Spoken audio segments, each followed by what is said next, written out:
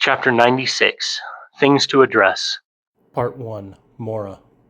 The Shapers were in chaos. High Command was evacuating Sanctuary, finally confronted with the consequences of centuries of exploitation, extermination, and, most damning of all, the harvesting of entire worlds for their own gain. Until a week ago, those truths had existed only as rumors, whispers shared by the reckless or the desperate.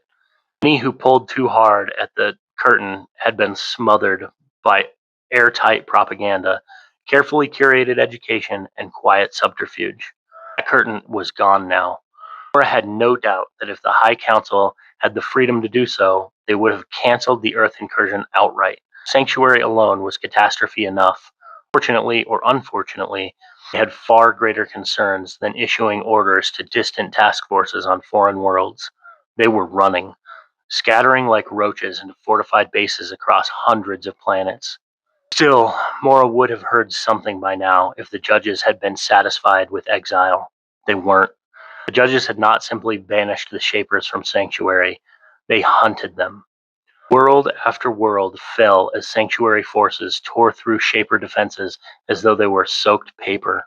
Bases abandoned, strongholds breached, entire command structures shattered in hours. The Shaper intelligence assessment of Sanctuary's military capacity hadn't just been wrong, it had been catastrophically wrong. Calling it inaccurate felt like calling a flood a light rain. Moora exhaled slowly and stared at the tactical display hovering above her console. She briefly considered withdrawing her forces entirely and attempting to rejoin the High Council. It died as quickly as it formed. What would that accomplish? Her fleet would be one more fragment absorbed into the panic. One more voice screaming into the void none of them understood. What worried her more was the question she hadn't dared ask aloud. Would the judges follow them to Earth? That fear was only one thread in a growing tangle. Rumors among the Earth forces were metastasizing, outpacing even the ugly truth. Lieutenants, captains, scientific teams, entire squads approached her with questions about Sanctuary, command integrity, and the sudden disappearance of Shaper leadership. Moora denied everything with practiced ease. There was no evidence to contradict her yet, so she enforced a full operational lockdown instead, all leave revoked, all personnel confined. She claimed the incursion timeline had accelerated and that absolute readiness was required. It worked, for now, barely. Venrian's demeanor didn't help. His brooding silence, his visible doubt, spread through the ranks like an infection. Discipline wavered, confidence thinned. Moora could feel the structure cracking beneath her commands. Worst of all, she hadn't touched the incursion itself in days. The reveal was imminent, and they were not ready.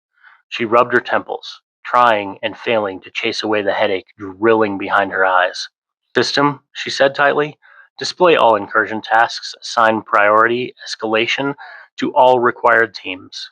A collective groan rippled through the bridge, subtle and controlled, but still unmistakable. They had already been stretched thin. Moora ignored it. She scanned the cascading list of assignments and clenched her jaw until it ached. What more could she possibly do? What remained within her control? Running would solve nothing. No. She would complete this mission. The Shapers would survive this. Sanctuary could hunt them forever and still never find every world, every refuge, every contingency. She forced herself to work on everything at once, preparing to reveal the Shapers to the people of this primitive, infuriating world. Part 2, Orla. Orla's forces struck another Shaper base on another foreign world. She brought 50 adepts with her, each one capable, disciplined, and sharpened by Sanctuary's fury. Among them marched 2 Bright Guard knights, their presence alone enough to shatter morale. The towering Tor wore layered armor, etched with sigils older than most civilizations. Their massive two-handed blades moved as if weightless, slicing through resistance with ease.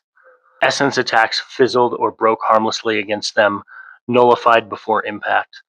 The reinforced command door melted under their advance.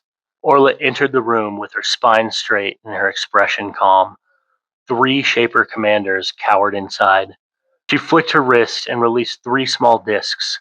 They drifted forward, as if magnetized to the shapers before her, adhering to skin and fabric alike.